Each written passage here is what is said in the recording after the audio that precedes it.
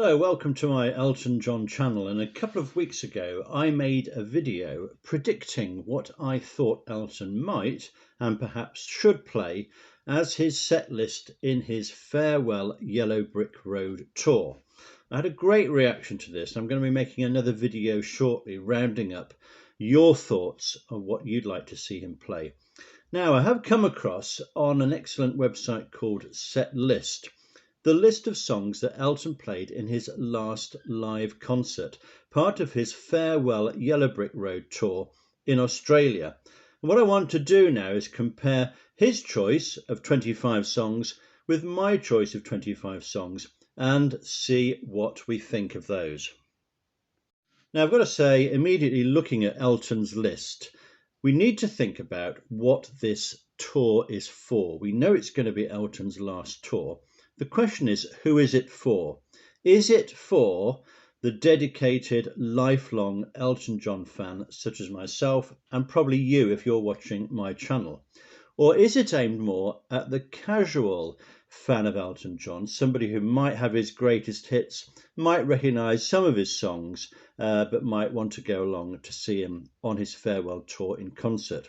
And my feeling is very much that his set list is aimed at the latter audience. It's people with a casual interest in Elton, but not necessarily aware of his deeper cuts. And so that's where the difference lies, because the list I came up with, and I'll link that below, is very much one of some hits and some deeper cuts, whereas Elton's list himself is mainly to do with the hits. So let's see how they compare, and let's see how Elton started his first song on this tour. Well, the last one we know about, and of course Elton may change this list for his concerts later on in the year and next year, but he opened with Bennie and the Jets. Now, this wasn't in my selection at all, partly because it's such a familiar song. We've all heard it so many times. Also, for me, it's not a particular favourite. All the Bennie calling back and forth with the audience. I've heard that before. I find it a little bit on the tedious side personally, so this wouldn't have been in my selection. And for me, it's a bit of a strange choice as an opener. I'd have liked something much more dramatic to open with, and I went with Funeral for a Friend and Love Lies Bleeding, which I know he's done many times before, but I still think that's such a powerful opening to a concert. Now, the second track that Elton chose for his set list was All the Girls Love Alice, which is from Goodbye Yellow Brick Road album. This is a great rock number. And again, I'm really pleased he's put this in, actually. He's not performed it that many times live. There's some good versions of this on the internet. But I would approve of that selection, although it wasn't in my particular 25. Elton's third track live was, I guess that's why they call it the blues. Again, perhaps a little bit overplayed in concerts. It does work live well, especially if you've got some good backing singers, which I'm sure Elton will have. So that's okay. Now we get some really interesting choices. And the fourth one that Elton went for in his set list was Border Song. Now, as we know, this is from the Elton John album.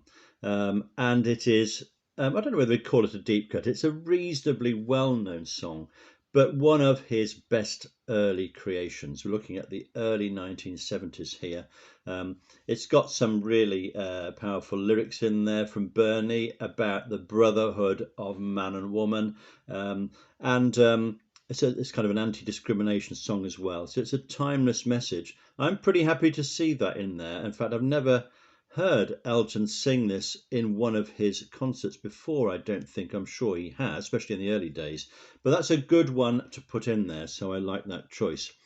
Number 5 in this set is Tiny Dancer, which we know is a wonderful song and has become more popular recently. It wasn't in my selection, partly because perhaps it's become a little bit over familiar now.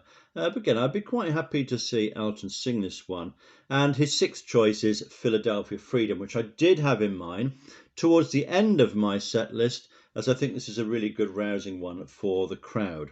But pretty happy with most of that first 6. I would just have lost Bennie and the Jets, I think, from that one. Now, number 7 on Elton's list was the peerless Indian Sunset from the Madman Across the Water album.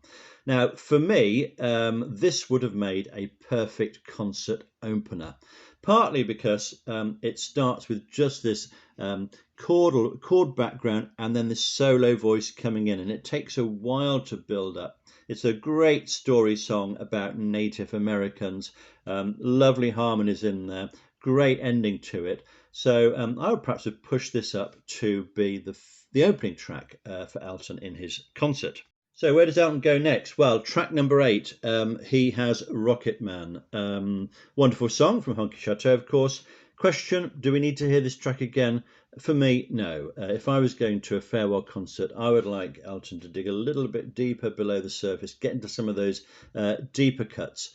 So for me, I wouldn't have this in the closing concert, but what do I know? I'm just one fan, and Elton knows his audience, of course, and I suppose most of us would probably turn out to hear Elton sing through the telephone directory. Anyway, now number 9 track he went for was another early one, Take Me to the Pilot. Again, this is kind of in the mould of The King Must Die, and I would like to have heard him sing that track from the Elton John album. Take Me to the Pilot is a strong one. It's a really quirky lyric. What this is all about, we're not sure. Not an especially favourite melody for me, but I admire his choice going back to that early material. Number 10, sorry seems to be the hardest word. That was definitely in my selection because it's just one of the greatest love songs ever written. So that's the first 10. I'm going to cut now and just show you that list. So that's where we are at the moment. Perhaps Bennie and the Jets could go. Rocket Man could probably go. Maybe just change the order, bringing Indian Sunset up to the top of Elton's list.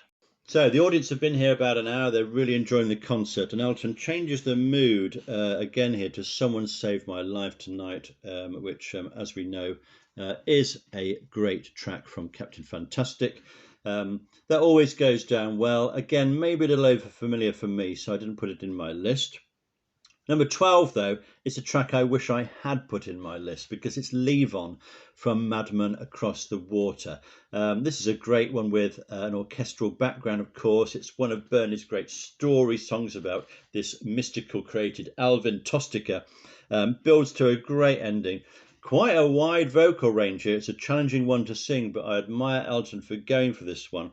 And I'd certainly like to turn out and hear him sing this one. And I hope I can catch a good recording of this as well, because I haven't got a ticket, unfortunately. I've seen Elton 3 times in concert, which is probably nothing compared with what you have. But I enjoyed all of the concerts, mainly in the 1980s in the UK. I'm sure some of you have been 20, 30 times, and good for you. Right, what comes next? Track number 13, it's Candle in the Wind. Of course, I love this song. You probably love this song. Do we need to hear it again? I'm not sure, actually. This is very much one pandering to the casual Elton fan. It brings to mind this collection, actually, One Night Only, which Elton recorded around the year 2000. A lot of the songs in his farewell concert are also on this one. This is actually a very good set of recordings of live tracks. Sometimes live tracks don't sound that good on CD, but these have been really well worked on, and it's a good set. I'm going to pop this on in the car. It's a good sing-along one, and it's very well done. Anyway, track number 14, and this is one in my original selection. It's The Funeral for a Friend, Love Lies Bleeding combination.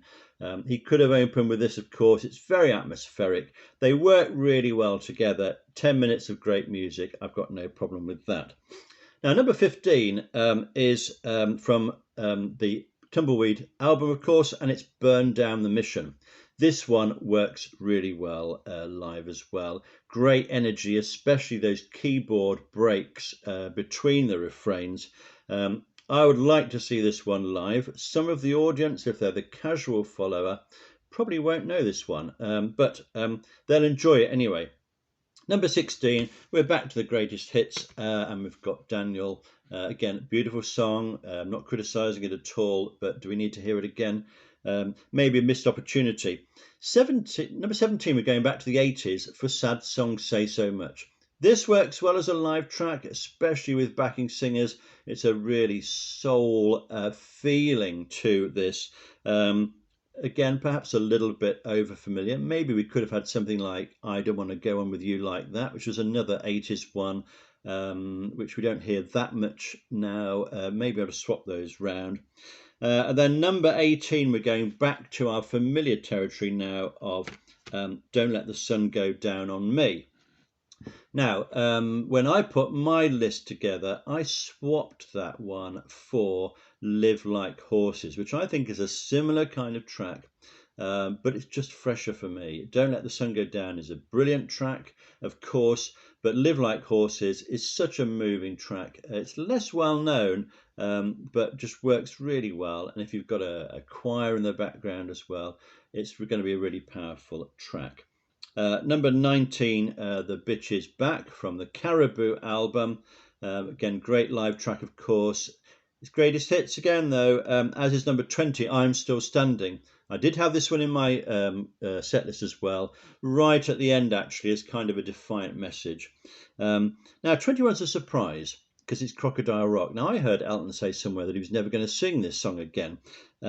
So why is it there? Maybe that might not be in his new set list for the final tour. We don't know, of course. Maybe he might drop that one. Of course, this is a homage to music from the 1950s. It's a good sing-along one, but has he done better? Yes, he has done better. And the last track he does before the encore is Saturday Night's All Right for Fighting.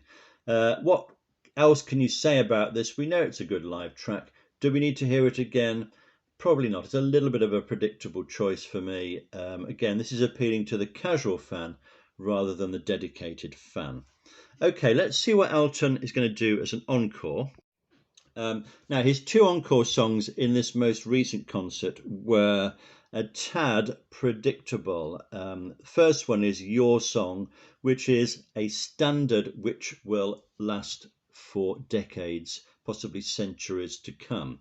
We know it's a superb song. Again, do we want to hear it again? Maybe we do. I don't know. I'll leave that up to you. You can say so in the comments below. I didn't have it in my final selection. And his very last song, possibly the last song you'll ever hear Elton sing live, and that would be a sad moment, is Goodbye Yellow Brick Road. I suppose he had to put that in because that's the name of the tour, Farewell Yellow Brick Road, and it is a wonderful song. This is one of the few songs I've given 10 out of 10 to in my regular reviews of Elton albums. But okay, it's perhaps a little bit predictable, but it's got to be in there, I suppose. The one that I finished with in my selection, I think you will be surprised by, but for me it gave a very poignant ending. I'll share that track with you now, and it was a track from The Captain and the Kid called The Bridge. If you haven't heard it, it's an absolutely beautiful song that's all about taking risks in life and then carrying on, and that's what Elton's done throughout his life. So that was my suggestion to Elton as to how to finish his concerts on a really poignant note.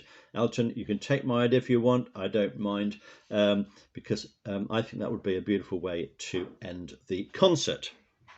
So I'm going to keep this video short, but there's going to be another video following in a while in which I'm going to round up your suggestions to my initial idea for a set list. I had lots of people writing in, some with individual tracks, others with full set lists of 25 songs, and I really appreciate the effort you've gone to, and some really obscure suggestions which particularly interest me. So I've got a bit of listening to do before I do that reaction video. So by all means in the comments, please let me know what you think of Elton's set list. I'm going to show it you now in list form, so you can just have another look at it. Tell me whether you think those are good choices or whether it's a little bit safe, and how you would change that. What other things would you like to see in Elton's final concert? So here's that set list from the top. The ticks at the side are the ones that I had in my list. And it's going down here, and then you can see his encore there of Your Song and Goodbye Yellow Brick Road. So thanks for watching. Please subscribe if you want more Elton John videos. Please add your comments below, and I'll be back with my reaction video fairly soon. Farewell for now, and don't forget, we're still standing.